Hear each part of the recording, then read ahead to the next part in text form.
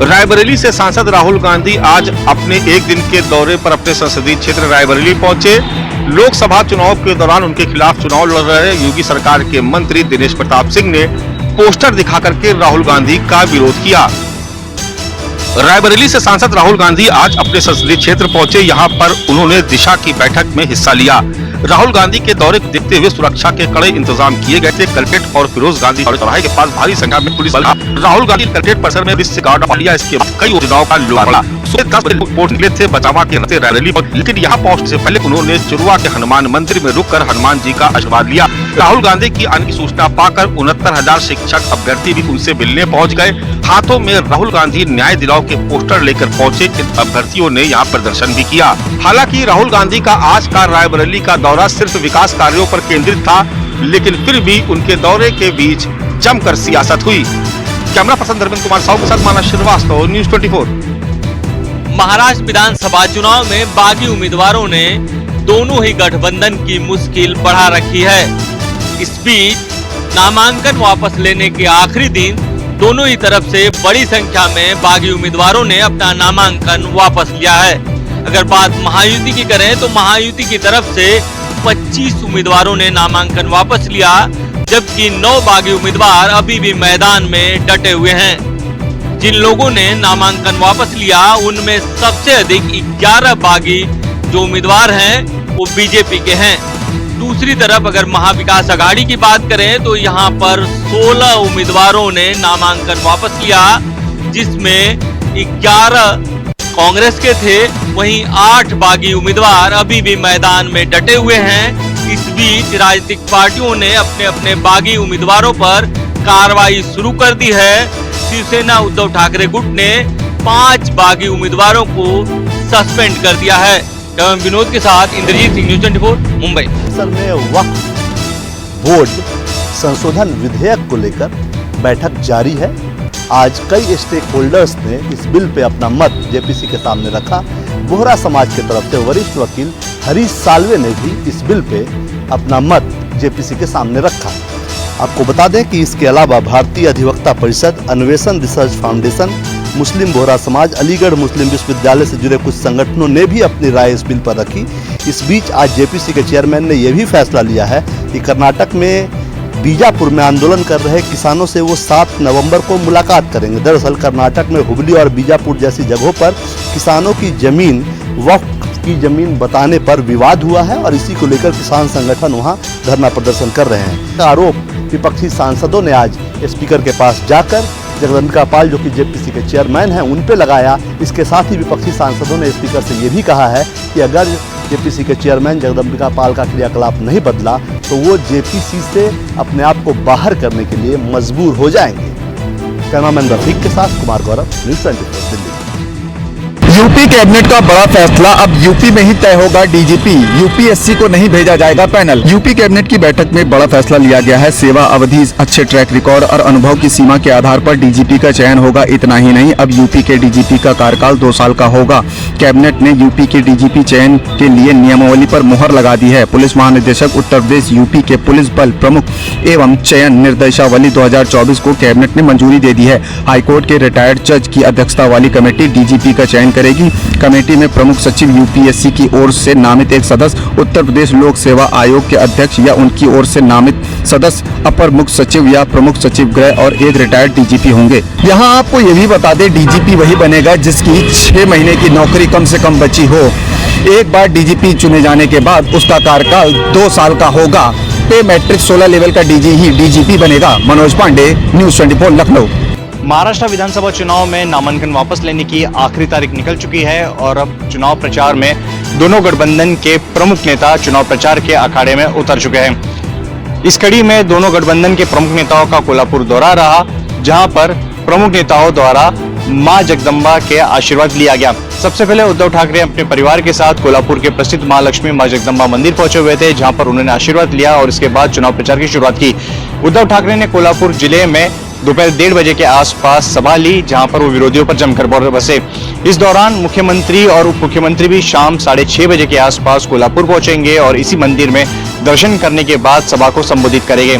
बता दें कि महाराष्ट्र विधानसभा चुनाव के लिए 20 तारीख को वोटिंग होनी है और 23 तारीख को इसका मतगणना होना है। चुनाव प्रचार के दौरान, चुनाव के दौरान नेताओं के मंदिर जाना आम है, लेकिन भगवान का आशीर्वाद किसे प्राप्त हुआ ये 23 तारीख को नतीजे के बाद पता चलेगा। कैमरा पर्सन अचल सिंह के साथ अंकुश जायसवाल, न्यूज़ 24 मुंबई। राजस्थान की भजनलाल सरकार विधानसभा के आगामी सत्र में धर्मांतरण विरोधी कानून लेके आएगी। दरअसल राजस्थान में जब वसुंधरा राजे की सरकार थी तब साल 2006 और 2008 में धर्मांतरण विरोधी कानून पास कर दिया था। विधानसभा द्वारा पारित इस कानून को राष्ट्रपति की मंजूरी के लिए केंद्र के पास भेजा गया, लेकिन 16 सालों से इसे मंजूरी नहीं मिल पाई क्योंकि उस वक्त राजस्थान में बीजेपी की सरकार थी और केंद्र में यूपीए सरकार थी। लेकिन अब केंद्र और राजस्थान में डबल इंजन की सरकार है, तो भजनलाल सरकार का यह मानना है कि धर्मांतरण जैसी घटनाएं राजस्थान में जिस तरीके से लगातार बढ़ती जा रही है उसे रोका जाना जरूरी है। मध्य प्रदेश और उत्तराखंड ने पहले ही धर्मांतरण विरोधी कानून पास कर दिया है, तो ऐसे में राजस्थान सरकार अपने अधिकारी और मंत्रियों के एक दल को जल्दी ही इन दोनों राज्यों में भेजेगी। वहां के ड्राफ्ट कॉपी को पढ़ने की कोशिश की जाएगी, समझने की कोशिश की जाएगी कि किस तरह से किन प्रावधानों को वहां के कानून में शामिल किया गया और उसी के आधार पर राजस्थान में यह धर्मांतरण विरोधी कानून आएगा। कैमरामैन विक्रम सिंह भाटी के साथ श्रीवत्सन, जयपुर, न्यूज़ 24। कश्मीर घाटी में एक के बाद एक आतंकी हमलों और श्रीनगर के संडे मार्केट में लोगों पर ग्रेनेड हमले के बाद फोर्सेस को न केवल पूरी कश्मीर घाटी में हाई अलर्ट पर रखा गया है, बल्कि एलजी की तरफ से जम्मू कश्मीर पुलिस और सिक्योरिटी फोर्सेस को खुली छूट दे दी गई है कि वो आतंकियों और उनके समर्थकों के खिलाफ कड़ी से कड़ी कार्रवाई करें, जिसके चलते कश्मीर घाटी में पिछले 2 दिनों से लगातार विभिन्न इलाकों में पुलिस और सिक्योरिटी फोर्सेस की छापेमारी बढ़ गई है। तलाशी अभियान कई जगहों पर चलाया जा रहा है और साथ ही साथ जो आतंकियों के संभावित मददगार है उनसे भी पूछताछ की जा रही है, ताकि घाटी में अचानक से बड़े इन आतंकी हमलों पर जल्द से जल्द विराम लगाया जा सके। कैमरामैन रशीद के साथ आसू साहब, श्रीनगर, न्यूज़ 24। अब हम आपको एक ऐसा व्हीकल दिखाने जा रहे हैं जो भारतीय सेना के बेड़े में शामिल हुआ है। यह व्हीकल इससे पहले आपने नहीं देखा होगा। ये जो आप व्हीकल देख रहे हैं ये है एटॉर व्हीकल।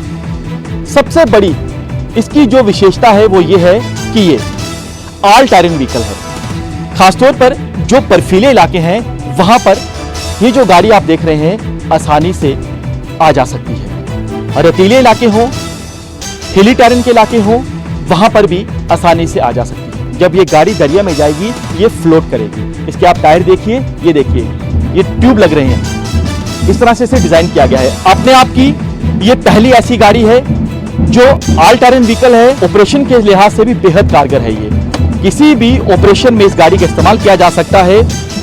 अब जो हमारे जवान है इस पर सेना का कोई भी साजो सामान हो, रसद हो, वो भी आसानी से पहुंचा सकते हैं। अगर आतंकियों का काम तमाम करना हो इस गाड़ी के जरिए आसानी से तमाम किया जा सकता है। पायलट बैठेगा, को पायलट बैठेगा, पीछे जवान होंगे।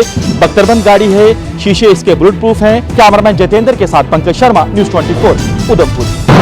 मध्य प्रदेश के सभी थानों में मंदिर के निर्माण पर मध्य प्रदेश हाईकोर्ट ने रोक लगा दी है। इसके साथ ही सरकार से पूछा है कि आखिरकार किसके आदेश पर सरकारी जमीन जो कि थानों में होती है उन पर मंदिर का निर्माण किया जा रहा है।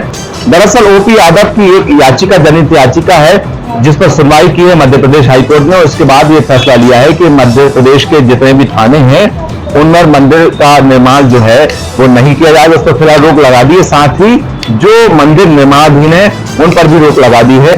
इसके साथ ही मुख्य सचिव अनुराग जैन, डीजीपी सुरेश सक्सेना और जबलपुर कलेक्टर और जबलपुर के 4 थाने जहां पर जिनकी तस्वीर याचिकाकर्ता ने अपनी याचिका में लगाई थी उन सभी के थाना प्रभारी, चारों थाना प्रभारियों को भी नोटिस जारी किए गए हैं और इसकी अगली सुनवाई 19 नवंबर को होगी। लेकिन आपको बता दें कि मध्य प्रदेश के ज्यादातर थाने ऐसे हैं जहां पर उनके परिसर में मंदिर का निर्माण हुआ है या फिर कुछ थानों में मंदिर का निर्माण चल रहा है और इसी को लेकर एक याचिका लगाई गई थी। कैमरा पर्सन कमलेश व्यास के साथ ज्योतिष श्रीवास्तव, न्यूज़ 24, मध्य प्रदेश। राजगीर में होने जा रहे एशियन विमेंस हॉकी चैंपियनशिप के लिए भारतीय टीम अपने कप्तान सलीमा टेटे के नेतृत्व में बिहार पहुंच चुकी है और राजगीर के इसी स्टेडियम में वो आज अपना प्रैक्टिस मैच खेल रही है। और इसके अलावा इस टूर्नामेंट में भारत के अलावा 5 अन्य देश हैं, जिसमें चाइना, दक्षिण कोरिया, सिंगापुर, थाईलैंड की टीमें शामिल है, जो यहाँ पर 8 नवंबर को पटना यहाँ पर राजगीर पहुंचेंगी। और इसमें कई टीमें जो बोधगया रुकेंगी, जबकि कुछ टीमें ऐसी हैं जो पटना में रुकेंगी। इन तमाम टीमों को राजगीर के इसी स्टेडियम में लाया जाएगा और इस खेल परिसर में यहाँ पे इनका हॉकी मैच होने जा रहा है।